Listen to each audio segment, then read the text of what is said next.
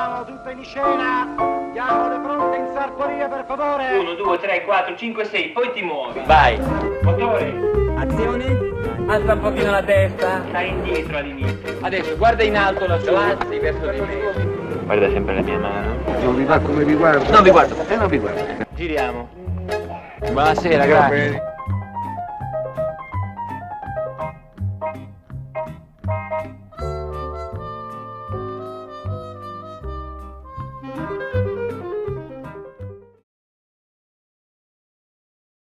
Sono Piero Canizzaro, mi sono sempre occupato, faccio il regista e ho vissuto varie esperienze di regia in vari ambiti, ma da sempre ho approfondito il tema del documentario. Ho collaborato con le varie reti RAI che nel tempo sono cambiate, ho anche realizzato nei primi anni '80 una serie per la radio verso l'isola ed erano un esperimento un po' sul suono, rumori, ma avevo incontrato anche in questo viaggio, mi ricordo, Leonardo Sciascia, parlando dell'uomo solo. Ecco, quindi poi ho collaborato anche con Arte e i miei lavori sono stati, girano festival nazionali, internazionali e anche molto gli istituti italiani di cultura, Londra, Parigi. E quindi insomma il documentario è la mia passione, che è legata un po' all'incontro dell'uomo e al territorio, al paesaggio. Di documentario, adesso il documentario in qualche modo si può dire che va un po' di moda, secondo me perché riesce a entrare e a raccontare delle storie che non sempre il cinema riesce a fare, sia per quanto riguarda la diversità di storie che proprio nel linguaggio, e perché in qualche modo il documentario è più libero. E in questo senso si parla molto di cinema del reale. Io credo che su questa interpretazione bisogna un po' stare attenti, perché il cinema del reale per molti è qualcosa che è legato solo all'impegno. Io ho realizzato, non so, documentari Il lavoro minorile a Napoli, l'ultimo Storie d'Africa, Ossigeno, quindi mi sento molto dentro a questo movimento, però per me reale è anche la storia di una goccia, della neve che scende, si scioglie, entra in un fiume e va nel mare.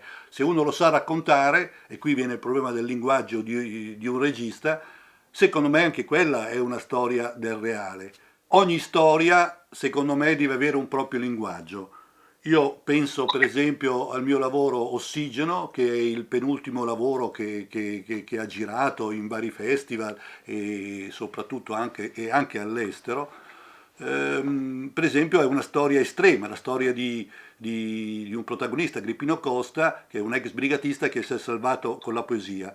Bene, siccome mi interessava e dovevo entrare in empatia, volevo quasi rubare l'anima a questo personaggio che ha fatto 30 anni, quasi 30 anni nelle prigioni, carceri speciali, volevo raccontare come avveniva la sua trasformazione interiore. Per fare questo dovevo essere molto vicino a lui, dovevo empatizzare, quasi come uno psicanalista, quasi come una seduta terapeutica. Al punto che quando mi muovevo con la mia telecamera, perché l'avevo in mano, la facevo a mano, se mi spostavo lui mi diceva ma come, non mi segui? Ecco, questo era proprio il clima che c'era su questo set.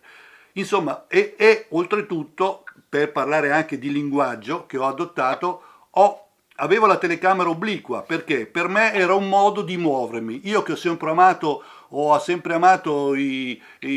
tutti i mezzi di trasporto per fare le riprese, ricordo tutti i viaggi che ho fatto, i documentari in Lapponia, in Siberia, in Africa e in altri posti, a Ceylon, dove prendevo l'elicottero perché mi piaceva lo spazio, mi piaceva i totali. In questo caso no, in questo caso dovevo proprio stare stretto perché volevo dargli un volto, volevo far sentire anche il paesaggio del suo volto, era molto espressivo. Ecco, in questo senso voglio dire che ogni documentario deve avere un suo stile.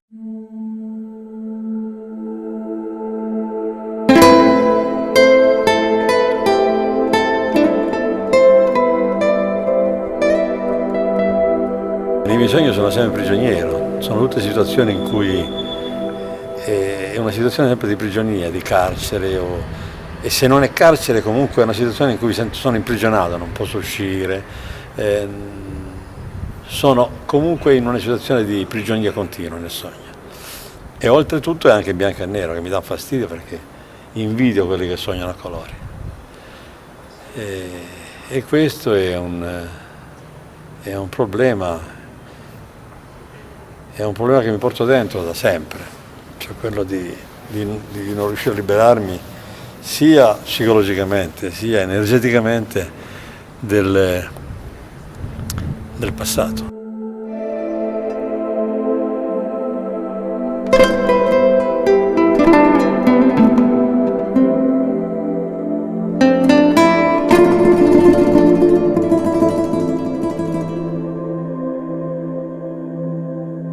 Nel tempo ho realizzato poi documentari tipo Il cibo dell'anima, sono stato per un anno, sono andato in alcune comunità spirituali in Italia, tipo l'Islam, gli ebrei, Valdesi, Osho, un monastero di clausura.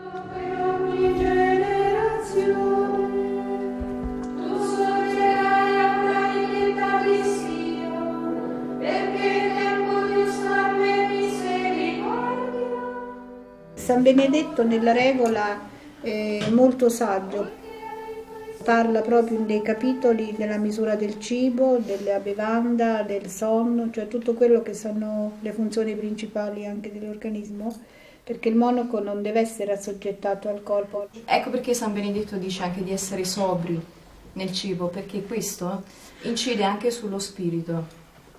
Quindi c'è sempre un legame che uno apparentemente sembra che non ci sia, invece no, che ad esempio capita che quando sto abbastanza leggera di stomaco, quindi ho mangiato in modo equilibrato, giusto, quindi quando vado a suonare all'armonium, naturalmente quindi il mio spirito è diverso, cioè lo sento molto più leggero e molto più in armonia con quello che suono, quindi anche il suono che mi viene è totalmente diverso, cioè lo sento molto più mio. L'altro documentario è Città Slow, sul movimento delle città slow, dei piccoli comuni legato alla filosofia di slow food. Penso a La notte della Taranta e dintorni, il primo documentario che è stato fatto sulla notte della Taranta, questo fenomeno che poi è diventato ormai un'altra cosa, e sono contento di averlo fatto ai suoi esordi. Ritorno a Corumuni, un documentario su una festa di un 1° maggio, ovviamente dove c'era molta musica, la riappropriazione delle proprie terre da parte del protagonista, questo nel Salento.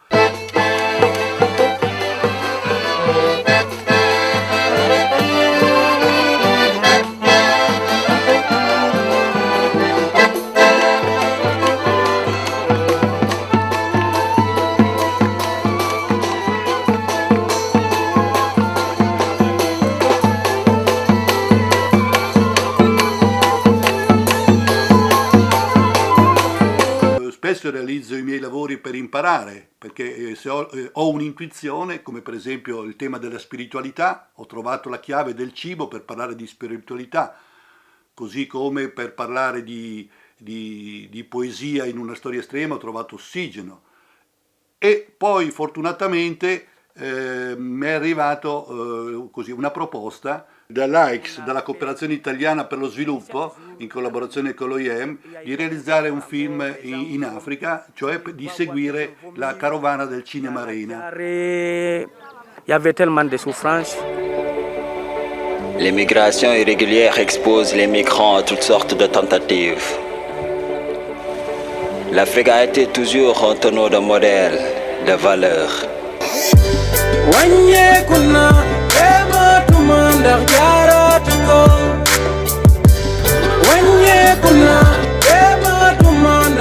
È una carovana che è stata in Africa, ma altre volte è stato in altri continenti per parlare di vari temi importanti, l'Ebola, l'AIDS, insomma. In quel caso 2 anni fa si doveva parlare di emigrazione. Io ho accettato però una condizione, cioè che io potessi, cioè che ovviamente il Cinema Arena era importante perché mi permetteva di andare in villaggi dove non sarei mai potuto andare. Ho attraversato la Costa d'Avorio da Abidjan fino al nord, no? Fino al confine con Mali.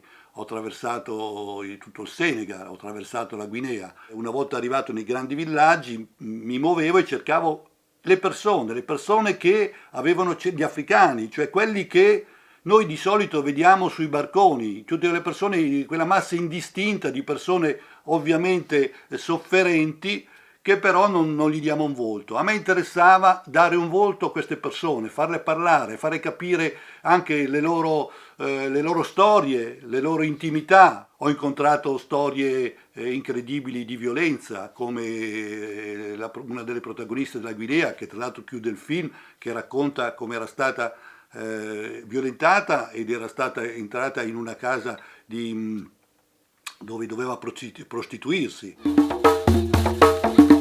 Quand vous êtes dans la maison de prostitution, chaque nuit, vous êtes obligé, vous êtes violé par 5 à 6 hommes. 4, 5, 6 personnes chaque nuit. Et tu es obligé de les faire puisque c'est de l'argent on vous paye. Così come ho incontrato invece un'altra persona, mi ricordo in Costa d'Avorio, dove era stato in queste prigioni della Libia, era stato, gli avevano portato davanti a sé sua moglie e il figlio, avevano violentato più volte la moglie. Penso anche a una compagnia teatrale in Guinea che ha elaborato e messo in scena le violenze subite nei campi di prigionia in Libia. Come ha sottolineato Henry De Luca, queste persone che hanno tentato l'aventure, come si dice da quelle parti, esprimono il coraggio, una voglia di ricominciare una nuova vita, piuttosto che disperazione. E questo sentimento mi interessava filmare, cogliere. Per tornare anche al linguaggio, che secondo me ogni regista dovrebbe porsi il problema, era come affrontarlo. E qui mi sono un po' legato per esempio a Ossigeno, cioè i piani sono molto stretti, molto sulle facce, e scopriamo che sono persone come noi, che soffrono come noi, che ridono come noi. E quello mi interessava molto ovviamente anche in questo caso, però poi c'era molto paesaggio. Una invece secondo me dei viatici che per me sono importanti, come ho detto per esempio prima anche il cibo è un buon viatico per leggere le realtà, le differenze di alimentazione che ci sono tra i vari popoli. In questo caso a me è sempre interessata la musica, così come mi ero occupato della musica salentina, ma anche la musica occitana, quando avevo realizzato un viaggio tra il Salento, la Sardegna e il Piemonte, un viaggio musicale. Ecco, la musica è importante e non poteva non essere così anche in Africa, dove ogni villaggio dove andavo, dove filmavo queste persone, mi facevo indicare qualche musicista. Poteva essere musica improvvisata, la musica di un matrimonio.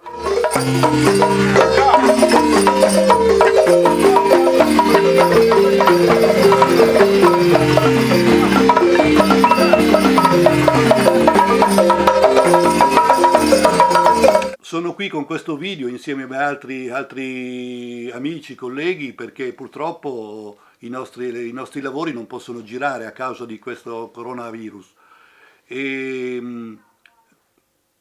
il film, questo Storia d'Africa, è già stato fortunatamente poco prima che chiudessero le sale a Parigi e a Roma, e doveva continuare il suo viaggio, così come dovevano continuare i propri viaggi molti altri film di tutto il mondo, dagli italiani, europei, francesi, americani, perché il problema, come sappiamo, è di tutti. Io mi auguro che presto si risolva questo problema e presto possiamo ritrovarci a proiettare i nostri film nelle sale o anche negli istituti di cultura, nei luoghi di aggregazione, insomma, dove condividere le emozioni che può trasmettere un film o un film documentario. Un saluto a tutti e spero a presto. Ciao!